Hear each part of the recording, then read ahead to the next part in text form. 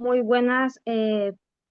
Vamos a dar inicio a una pequeña exposición donde los compañeros pues, van a explicar sobre lo que son las reservas, proceso de formulación de reservas y la objeción de las reservas. Ellos van a llegar más a fondo sobre estos temas para que tengamos un poco más de conocimiento. Mi nombre es Jessie María Padilla Morado, cuenta 2022-150-102. A continuación, pues vamos a saber qué son las reservas. Adelante, compañero. Buenas noches, compañeros, abogado, que en un futuro nos va a estar escuchando. Me toca dar una pequeña introducción respecto a los temas que el día de hoy estaremos tratando respecto a las reservas en tratados internacionales. Y decimos que esta es una herramienta jurídica esencial que permite a los estados y organizaciones internacionales adoptar sus compromisos en los convenios internacionales sin renunciar a la participación en acuerdos multilaterales y se hace mediante declaraciones unilaterales, formuladas al momento de firmar, ratificar, aceptar o adherirse a un tratado. Los estados pueden excluir o modificar los efectos jurídicos de ciertas disposiciones, preservando así su soberanía y atendiendo a sus particularidades normativas. Mencionaremos que entonces que es importante para los estados u organizaciones internacionales poder ser parte de estos tratados, ya que existen ventajas para estos al momento de firmar, ratificar, aceptar o adherirse a un tratado, como antes lo habíamos mencionado.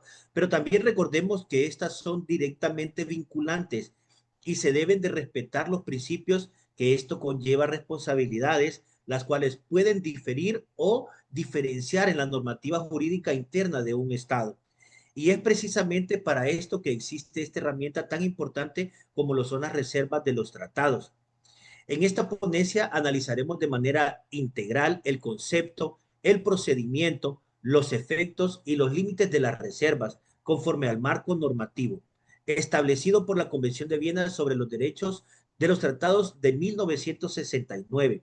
También examinaremos las funciones que cumplen las reservas, los requisitos formales para su formación, los mecanismos de objetivo y retiro, así como las implicaciones prácticas en contextos internacionales, incluyendo sucesión de estados y el papel de órganos internacionales de supervisión.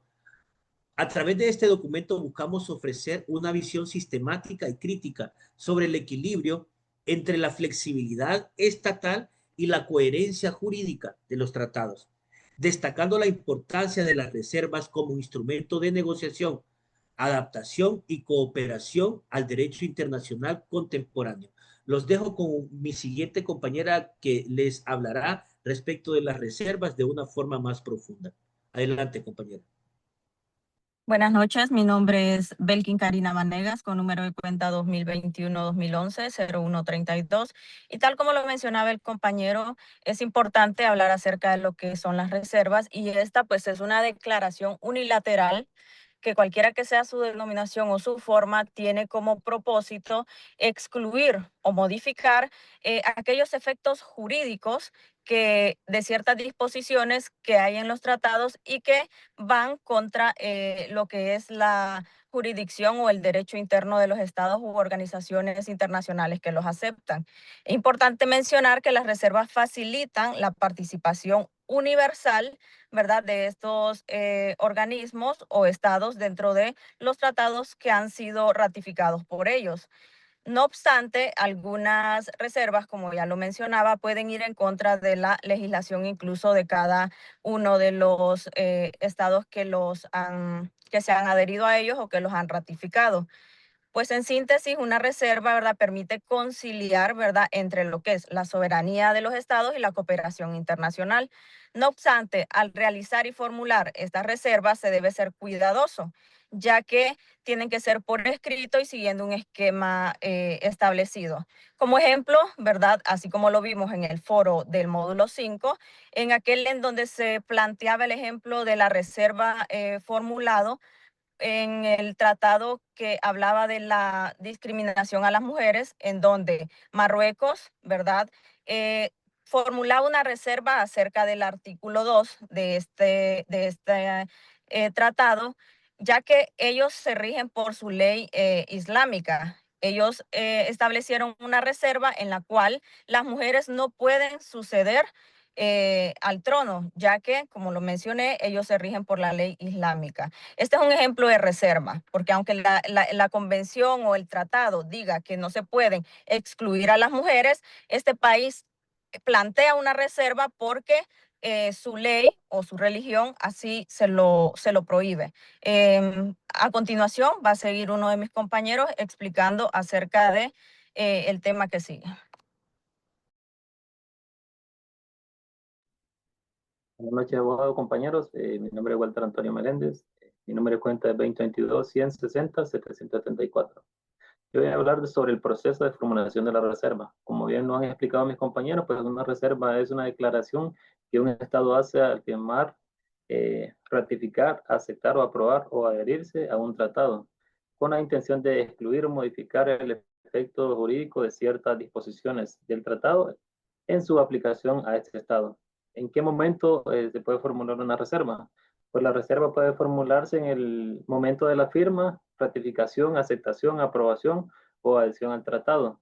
Si se formula en la firma simple, es decir, firma sujeto a ratificación, debe confirmarse formalmente por escrito cuando el Estado expresa su consentimiento para obligarse. Procedimiento posterior a la formulación.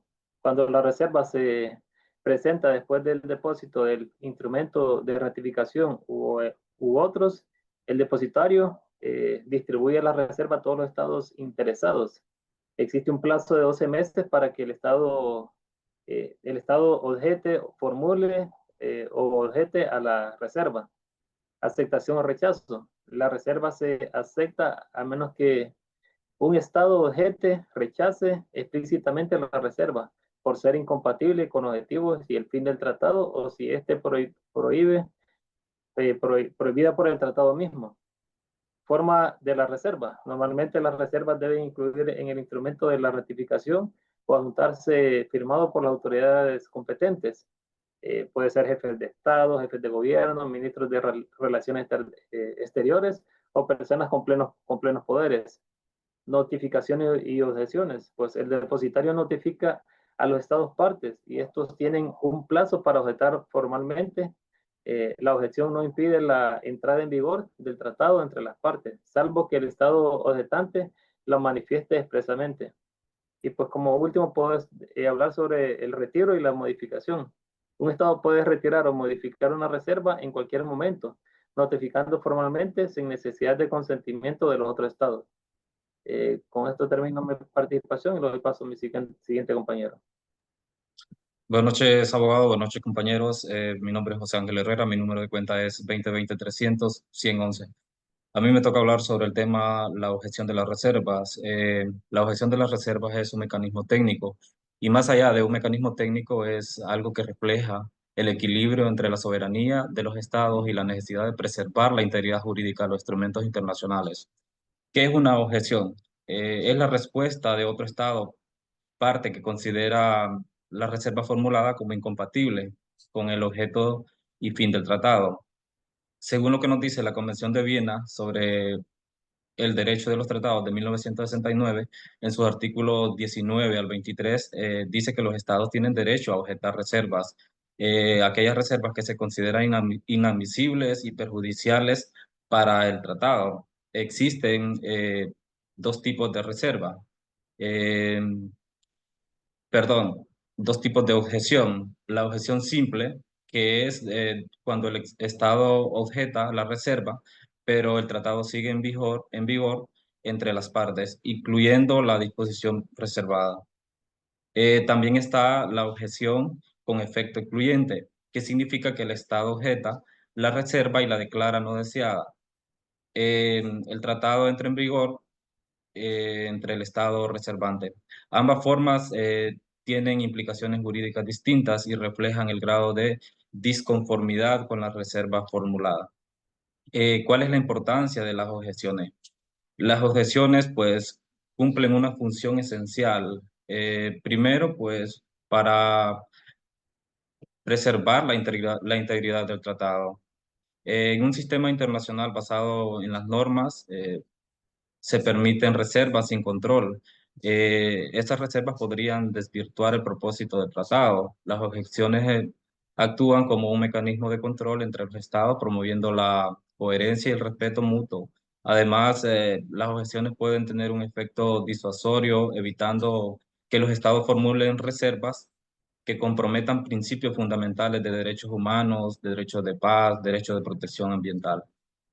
Eh, También como conclusión sobre el tema, pues puedo decir que la objeción de reservas no es simplemente un acto en desacuerdo, sino una manifestación de compromiso con el derecho internacional, con la coherencia normativa y con la protección de los valores de los tratados que buscan consagrar, y como juristas, diplomáticos y ciudadanos del mundo, y nosotros como estudiantes, pues no está de más entender este mecanismo, su función y la expresión colectiva que tiene a nivel mundial. Es muy importante este tema. Eso es todo de mi parte. Continúa la compañera Jessie. Bueno, ya explicado por los integrantes de este equipo. Como conclusión de todo el tema, pues lo que son las reservas en los tratados internacionales son declaraciones que hace un Estado cuando firma, ratifica o acepta un tratado con el fin de modificar o excluir el efecto jurídico de algunas de sus disposiciones. Pues en otras palabras, quiere decir que es una forma en que un país puede decir, acepto este tratado, pero no estoy de acuerdo con esto, con esta parte en específico. Esto permite que más estados puedan participar en tratados internacionales sin tener que rechazar todo documento solo por no coincidir en un punto concreto. Y en lo que es el proceso de formulación de una reserva, ocurre generalmente en el momento en que el estado firma o ratifica el tratado. Debe hacerlo por escrito y de manera clara, indicando exactamente qué disposición acepta o qué efecto quiere modificar. Además, la reserva tiene que ser compatible con el objeto y el propósito del tratado.